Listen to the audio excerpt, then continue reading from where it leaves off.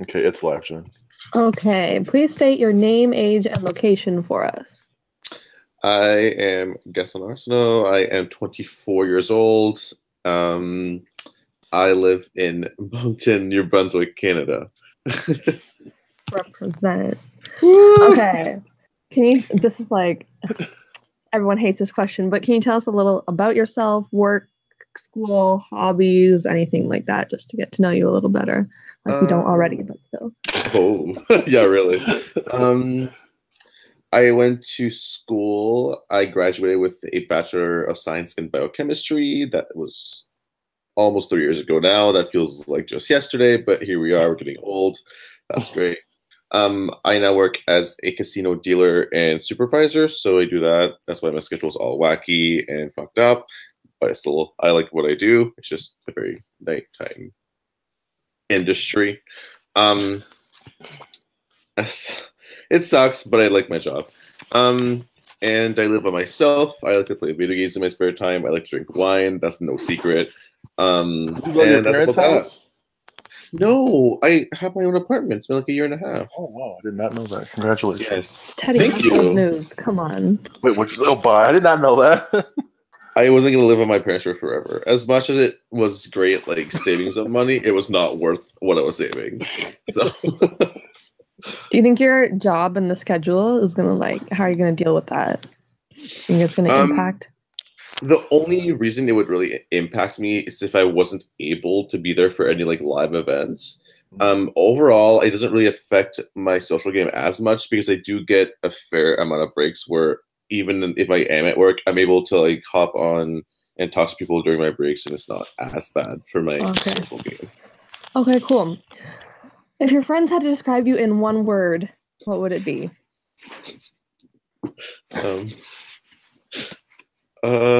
Sassy is probably what they would use. Okay, I support that. I'm probably the same thing. So, can you talk a little bit about your, let's say, 3 most recent past Survivor Skype orgs and placements? Okay, I played Crusade. Was probably one of my recent 3. That was, I got 10th. And I shouldn't have. Your name is still 10th place on my Skype. That is your placement. Yikes. I got blindsided in a 4 to 3 to 3 vote, and I shouldn't have. I had an idol, and it really was not you a good day in my life.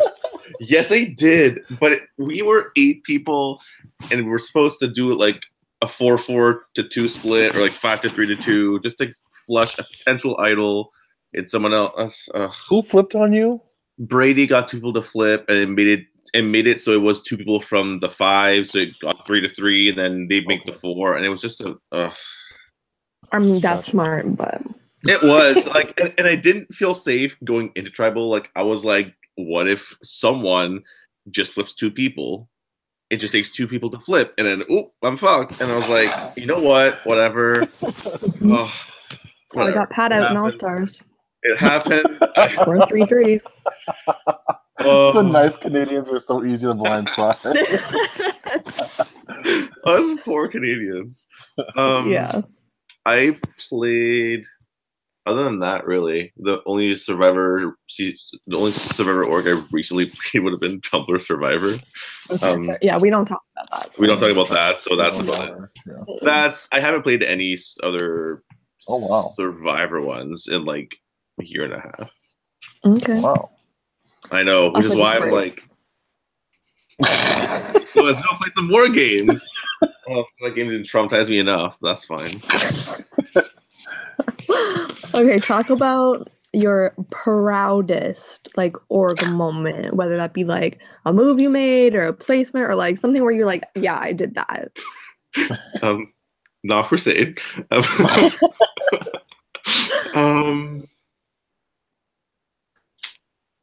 If you have a Tumblr example, let's hear it. Okay, it's not Tumblr. Oh! That was shady what she just did right away. It's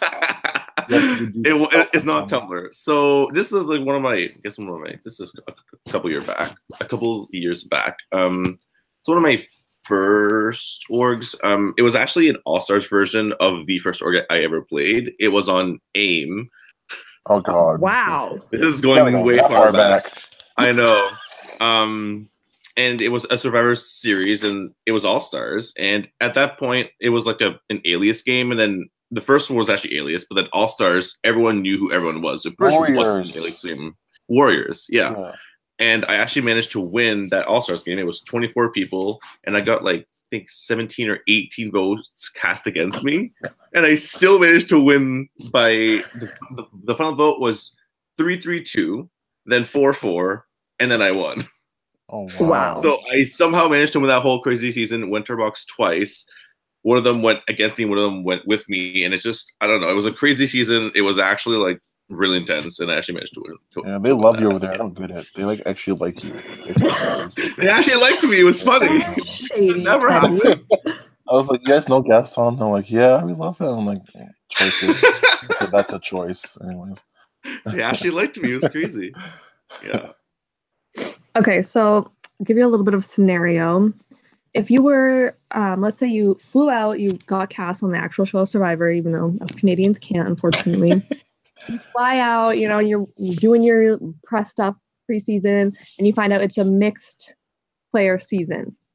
Who are you most excited to see out there and play with in terms of returning players? Oh God. Like it sucked. Like that would suck because I know it'd be like Boston Rob and like all the people that like I don't. Whoa, Russell Hans is back. Like crazy.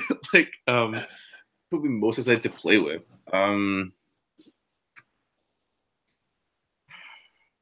Like I know it would never happen, but I'd like the experience of playing with someone like Sandra or someone like Suri, like people who've been really successful in the past, just to see how they go from the start of the game, and especially being more like kind of physically weaker players who tend to be targeted pre-merge, and just see how they actually weasel their way through. It'd be interesting to see because they've actually done it multiple times. So true. I would need to find that out as well because I am not doing the challenge. Okay, so another little scenario. Maybe we know your answer based on the last question, but if you're on the actual show and you see Suri there, you know she has a great social game, but she hasn't been able to close out the win. And you see also Boston Rob there, who has played the same amount of times as Suri, but actually pulled off the win. So who are you most threatened by? Do you go after like Suri because of her social game, or do you want to work with her? Are you intimidated by Boston Rob winning? What's the dealio? It really depends on the situation at hand and like who would have who I feel would have the most pull on the current jury at the time, because I feel like they both have some good characteristics. Oh my God, words today. Just because Suri has not won herself yet. I mean, she hasn't, had really the chance to plead her case to win.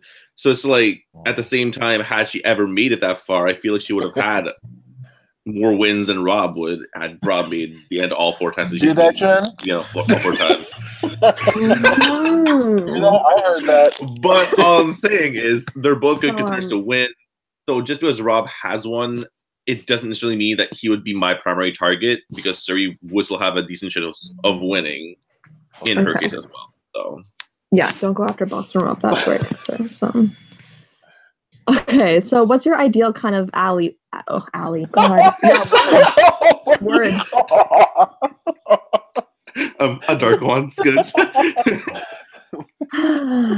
What's your ideal kind of ally like?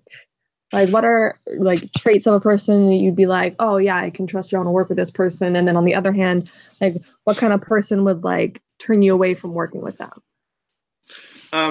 Usually what I base my allies off in game, it really just comes based on like if I can actually talk to that person and connect to that person on a personal level. Like if you just talk and not seem like it's really forced, or it's just like we just talk and we're friends, and we can just, even if it's not about game talk at all, for 2 hours, just talk about whatever, then at least I know I can establish some kind of connection with that person. That really helps in terms of like trusting them later on.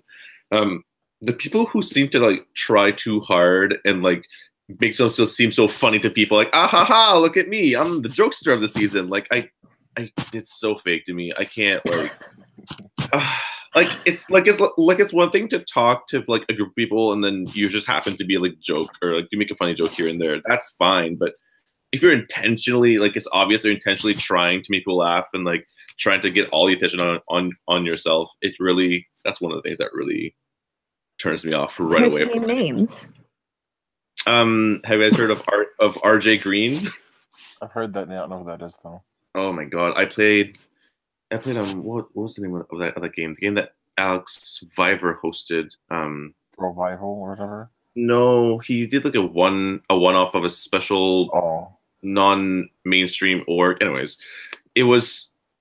he was just so out there, so like ha ha ha ha ha. Oh, I know. He plays minis. Never mind. I know who that is. Yeah, he plays minis. Oh my god! And he made this huge deal, and he was out like he was like second out, but it bothered me. It was really fitting. But. Okay, so we're a new org, so you don't really know like in terms of twists or what our casting is like, that kind of thing. So. What's your strategy going into the season? I guess my strategy doesn't really change based on necessarily like I don't really look at like the history of like a certain series and go like I'll play it this way this time, because like when I played Crusade again, I played the first season there too, so I just kind of like to play the first season of Orcs, I guess. Played the first of Endure, played the first of Crusade, and yikes! Kind of tend to do that, I guess. Your favorite person. Woo! Oh yeah, I don't know her. I don't know what that is. But yeah, I guess my strategy is just to kind of, it's like not, rush into things. Just kind of tread lightly and see where I stand first before actually doing anything. Because I feel like I am social enough that I can kind of survive a round or two before having to like scramble to do anything. So usually that tends to happen. Of course, that's not always going to be the case, but I'll evaluate that once I get there. So fair enough. Okay, so besides the social game, name one trait you think every soul survivor in an org should have. Adaptability, because I feel like people are really bad at adapting to situations. Like if it's really bad for you in your alliance and it's like down to 2 of you and like 7 of them, it might be better to try and like at least make the approach of trying to like jump over or try to survive or like adapt to like you can't just stick to your alliance the whole time. Some people will just be a diehard. I'll go with my ex tribe, and even if it's like 2 versus 8, like what are you doing? Like you're wasting your time. Yeah, we know those people. Yeah, so I feel like that's very essential. I would agree. It's a good answer. It's a unique answer, actually. Okay, so what's more important to you, losing but being loved by the community, or winning and being hated? I hate this question.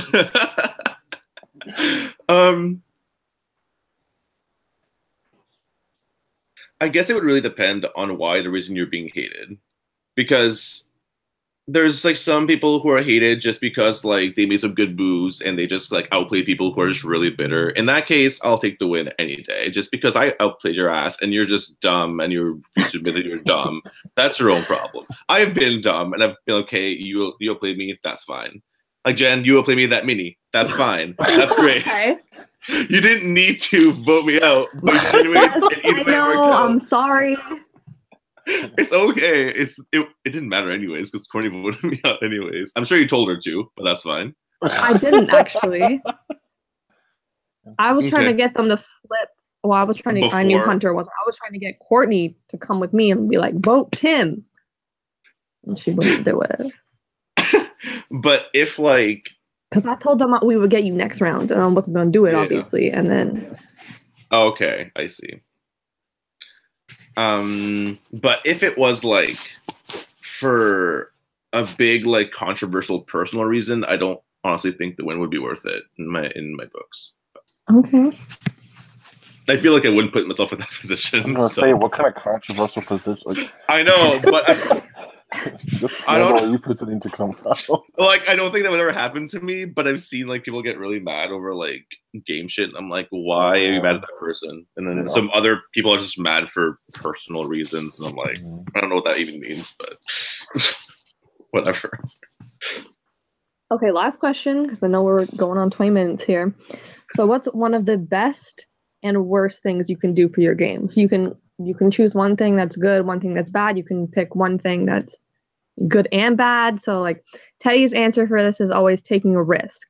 So like when he tried to come for me and my ally in Conquest, if it worked out, maybe he has a path to the end. Shut up. If it doesn't work out, his ass is in 6th. I would actually. Don't even start with me, anyways. Whatever. Teddy, you let me lead this one, so you're gonna get dragged. It's not my fault. People thirsty for your showmance. Okay, I tried. Okay. Drops the mic.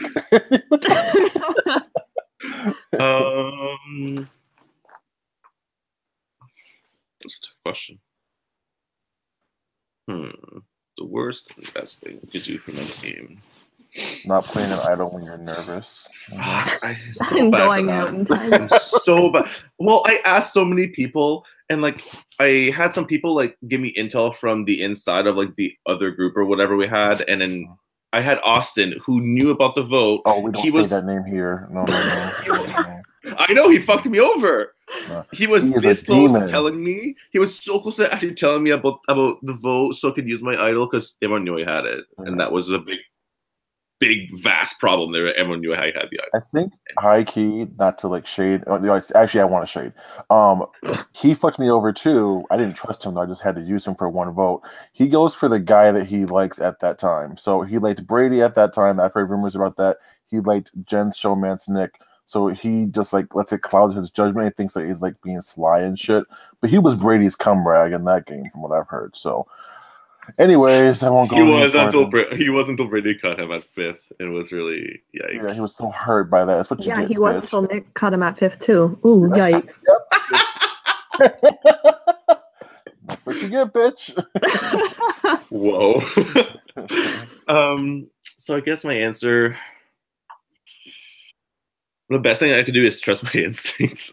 Because I feel like it is like overall though, like if it's like don't trust this person or like why am I doing this? Just there's sometimes I do and there's sometimes that I don't. Like I took a big risk in like BB Hell and it actually worked out. I actually ended up winning the game. And there's times where in Crusade where I didn't and my ass got 10th. So the worst thing I could do is just make a rash decision without really thinking it through, because I feel like I do that a lot, and I think that's what I was afraid of doing in Crusade. Just make a rash decision, use my idol, and waste it. And of course, I didn't think this through very clearly and thoroughly before I got there. So, why do you make rash decisions that just like first reaction, like just do this, or like emotional? Just like an emotional like decision. Like I feel like that's the worst thing you could probably do for your game if you don't really think about all the repercussions and the consequences of that action. Okay, that's fair. Okay, do you have any questions for me and Teddy? When does the game start again? April 14th. It's a Saturday. Okay.